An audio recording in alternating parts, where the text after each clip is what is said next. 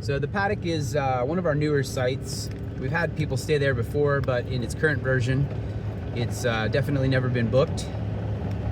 It features a really large gravel pad, so it's ideal for motor RVs and overlanders and camper vans and all that kind of stuff. You could probably fit 6 of 7 of my truck in the space. We use it as a parking lot for events, and we also use it as a slackline park.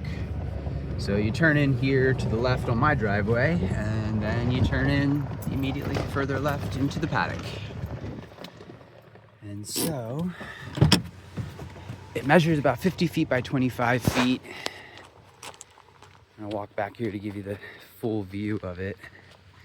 And you have to sort of be careful turning in off of the Roy Gap Road, just because it is a tight turn. If you needed to, you could go further uphill to turn around in the cul-de-sac. You could go further up my driveway to turn around in my cul-de-sac. Most vehicles shouldn't have a problem here, but you can see it's quite large.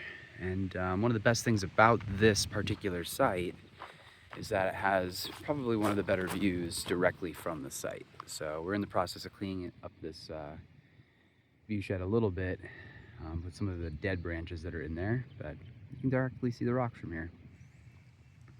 So this is the paddock, and again, it's great for vehicle camping, but you could probably put down something over top of gravel and pop a tent as well if it was rainy. It's nice to avoid the mud.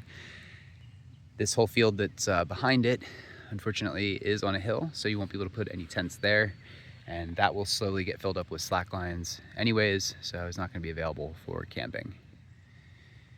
So we'll head now to Rock Solid. Rock Solid's one of our final campsites, also a vehicle camping site, but really good for tent camping as well.